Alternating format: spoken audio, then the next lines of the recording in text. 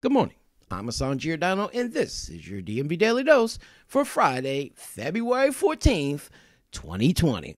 It's currently partly cloudy and 36 degrees in Baltimore. Expect clear skies starting in the morning.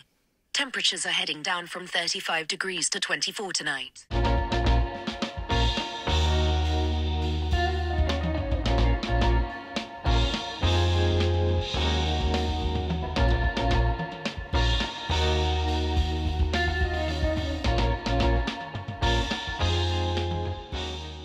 Welcome to the special Valentine's Day edition of the DMV Daily Dose.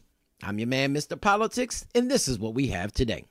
In their second meeting with the number 17 Iowa Hawkeyes this season, the number 10 Lady Terps treated the team that inspired its unbeaten run to a smackdown last night, 93-59, giving Maryland 21-4 overall, 12-2 in the Big Ten, sole ownership of first place in the Big Ten division. Maryland's last loss came at Iowa's hands at Carver Hawkeye Arena on January 9th in a 66-61 defeat. Now, according to a federal sentencing memo reported on First by the Baltimore Sun's Justin Fenton, when FBI agents raided former Mayor Catherine Pugh's home in an effort to seize, among other things, her personal cell phone, the mayor handed over her red city-issued iPhone, but told investigators that her personal phone, a Samsung, had been left with her sister in Philadelphia. Well, an agent then called that Samsung phone, and almost immediately the agents heard a vibrating noise emanating from her bed. Pugh became emotional, went to the bed, and began frantically searching through the blankets at the head of that bed. As she did so, agents started yelling for her to stop and show her hands, prosecutors wrote in this memo. Now, Pugh had grabbed the phone from underneath her pillow, and the agents took it from her. Quote, Pugh's lies and futile attempt to silence the phone to prevent its seizure is indicative of her lack of respect for the law and, more broadly, her past efforts to hide long-standing criminal misconduct, prosecutors wrote. Now, in a 37-page sentencing memorandum that was revealed on Thursday, making the case for former Baltimore Mayor Catherine Pugh to spend nearly 5 years behind bars for conspiracy and tax evasion charges related to her self-published Healthy Holly children's books. Pugh, who pleaded guilty in November, a day after prosecutors filed an 11-count indictment against her, alleging that she used her self-publishing business to enrich herself, promote her political career, and illegally fund her 2016 campaign for mayor. 7 of those counts were dropped as a part of the plea agreement. Now, former Baltimore Mayor Catherine Pugh didn't only use those Healthy Holly LLC as a conduit for illegal contributions to her 2016 mayoral campaign, according to a sentencing memorandum prosecutors filed Thursday in federal court, but she also arranged for money to flow through another side business, Too Cheap Boutique, a Pigtown consignment shop that she co-owned with Baltimore City's longtime city comptroller, Joan Pratt, and 2 other women with ties to city government. In the memo, filed ahead of Pugh's February 27th sentencing, prosecutors outlined how Pugh solicited a $20,000 contribution from city contractor J.P. Grant. The well-connected financier already had contributed the maximum allowed under the law, $6,000, to Pugh's campaign for that election cycle. So, prosecutors say, Pugh asked Grant to write a check to Too Cheap Boutique. He did so, but he had his wife sign it because it would draw less scrutiny coming from a woman. Pugh laundered that money through the shop, prosecutors say, using it both to make straw donations to her campaign and to cover expenses at the near-broke Too Cheap Boutique. The shop's partners then filed a false tax return for 2016 that made no mention of receiving the funds. Now, Comptroller Pratt, who also runs her own accounting firm, confirmed that she did, in fact, file the boutique's tax returns that year. But the comptroller said in an interview yesterday that the boutique's 2016 tax return was based on financial information that she received from Vance White, whom Pratt identified as the Too Cheap bookkeeper.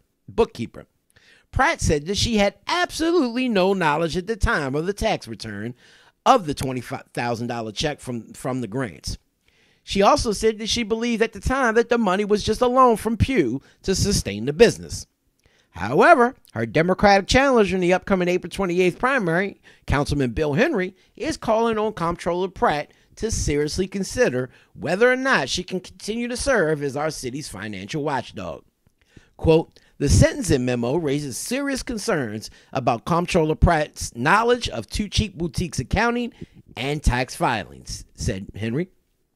He also alluded to the fact that if she can't even handle the audit practices of a small boutique, how could she possibly handle the complex auditing of all the position that her position entails in city government? Now, the Sun is also reporting that Baltimore County Police are investigating a possible incident of abuse involving a substitute teacher at Halethorpe Elementary School on February 11th. It was alleged that at least one parent was reported to by the police in the school system. A parent filed a report with police Tuesday evening alleging that around 11:30 a.m., a female substitute teacher in a fourth grade class at the school abused at least one student, police spokeswoman Jennifer Peach said. Parents alleged the substitute physically grabbed children and kissed at least one of them, exhibiting just bizarre behavior, said Lisa Carroll, whose son is enrolled in the fourth grade class.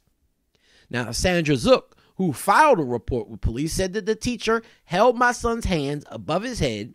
She was sitting on a chair, pulled him towards her, crossed her legs over his legs, and then kissed him on the cheek twice. Maryland Matters' Danielle Gaines is reporting on House leaders who delayed a much-hyped vote on a school construction bill that is a top priority for Democrats on Thursday after Republicans and Democrats alike questioned whether jurisdictions they represent will get a big enough slice of the pie of the $2.2 billion. Questions about the distribution of the funds in the Built to Learn Act prompted a closed-door meeting of Prince George's County delegates, who met as a Democratic caucus as opposed to an all-Democratic county delegation whose meetings are traditionally open to the public. The legislation would allow the Maryland Stadium Authority to issue up to $2.2 billion in bonds in addition to annual capital funding from the state to pay for school construction projects. It could come up for a final vote in the House on Friday. But when the bill reached the floor, divisions among counties and Baltimore City became evidently clear. Delegate Matthew Morgan, a Republican from St. Mary's County, questioned the breakdown of proposed allocations for additional funding included in the bill. Quote, so we have $1.744 billion going to 6 counties, and the other 17 counties are getting only $230 million? I was just wondering why the discrepancy was so large, Morgan said, but he noted that he intended to support the bill nonetheless. The legislation specifies that Baltimore City, Baltimore County, and Montgomery County would each receive about $420 million, or 21% of the bond proceeds. Anne Arundel County will receive 12.5%, while Howard County will get 6.6%, and Frederick receiving about 5.1%. A separate fund is created for Prince George's County to run its public-private partnership program, which House Appropriations Chairwoman Maggie McIntosh, a Democrat from Baltimore City's 43rd District, said would yield about $420 million in state money for school construction projects. Maryland's 17 other counties would share the remaining 11.5% of bond proceeds. Now, McIntosh said the allocations are based on past school construction spending. Rural counties could see greater investment through the state's annual school construction program and other changes that allow them to recover added costs.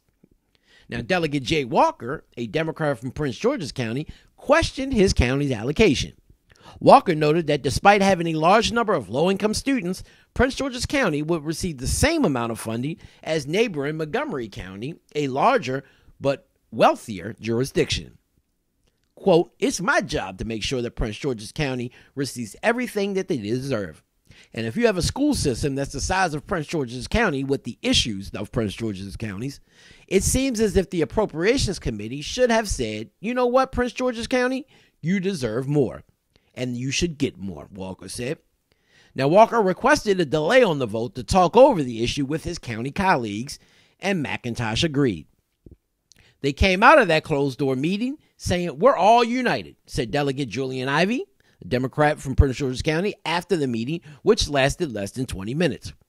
All 23 of us, he said, we're all voting for this. We're strong supporters. But the members of the Prince George's County delegation decided to hold their meeting in private. A reporter who attempted to cover the meeting was instructed to leave by a State House security official. The county lawmakers justified their closed-door gathering by calling it a meeting of the Prince George's County House Democratic Caucus, not the county delegation. Because all the county delegates are Democrats, calling it a caucus meeting allowed the entire Prince George's County delegation to meet behind closed doors for a candid conversation on a politically sensitive matter without the public or the press listening.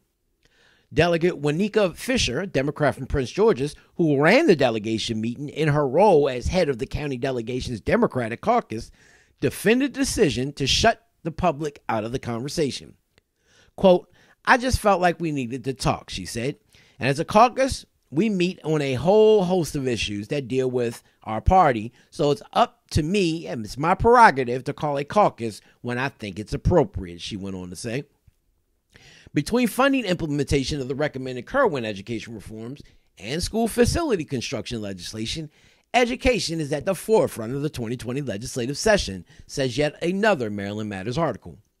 House Republican lawmakers gathered yesterday to express their concerns about problems that they say their constituents are seeing in the immediate, like teacher protections and classroom management. Kerwin looks to the future in this impact that will have in classrooms years away, said House Minority Whip Kathy Schlager, a Republican from Hartford and Baltimore counties. But we're not hearing about things that are going on today in ways that we can address teachers and students and the classrooms and parents alike. There are critical issues facing our students that Kerwin just does not address, Schlager added. Now, Republicans unveiled a package of education reform bills yesterday poised to address issues that they say are overlooked by Democrats, two of which have already been dropped. They include the Good Teacher Protection Act of 2020. This bill will give teachers and school administrators civil protections for intervening in student fights or other disputes if it's determined that they were acting in good faith. A hearing for this legislation will be held in the House Judiciary Committee later this month. The other is the Right to Teach Act 2020. This bill would permit teachers to dismiss habitually disruptive students from their classrooms and divert them to alternative in-school programs until the teacher gives consent for them to return. The bill, which Schlager said is based on Texas's Safe Schools Act, is set to have a bill hearing in the House Ways and Means Committee in early March. Three others are yet to be introduced, which are the Right to Learn Act 2020, the Accountability in Education Act of 2020, and the Predator-Free Schools Act of 2020. To find out what these bills do, just go on over to www.marylandmatters.org and read the article in its entirety. And don't forget to get your tickets today to the upcoming Value My Vote 2020 President's Day mayoral debate happening this Monday, February 17th from 5:30 to 8 p.m. at Function Co-working Community, which is located at 4709 Harford Road, where 7 of the top mayoral candidates square off in the first debate of the season. Now, if you can't make it out to the event, you can always watch it live on our live stream on the Facebook page at DMVDailyNews, all one word. Now, happy Valentine's to all my lady listeners out there. Sorry, fellas, but this doesn't apply to you. I hope your day is filled with all the many blessings that you give others on a daily basis. And if it's even half as beautiful of a day as you are, both inside and out, it shall be one you won't soon forget. I'm your man, Mr. Politics, and this has been your DMV Daily Dose for Friday, February 14th, 2020. For more information on the articles that I've mentioned, just go on over to our website at www.dmvdaily.news.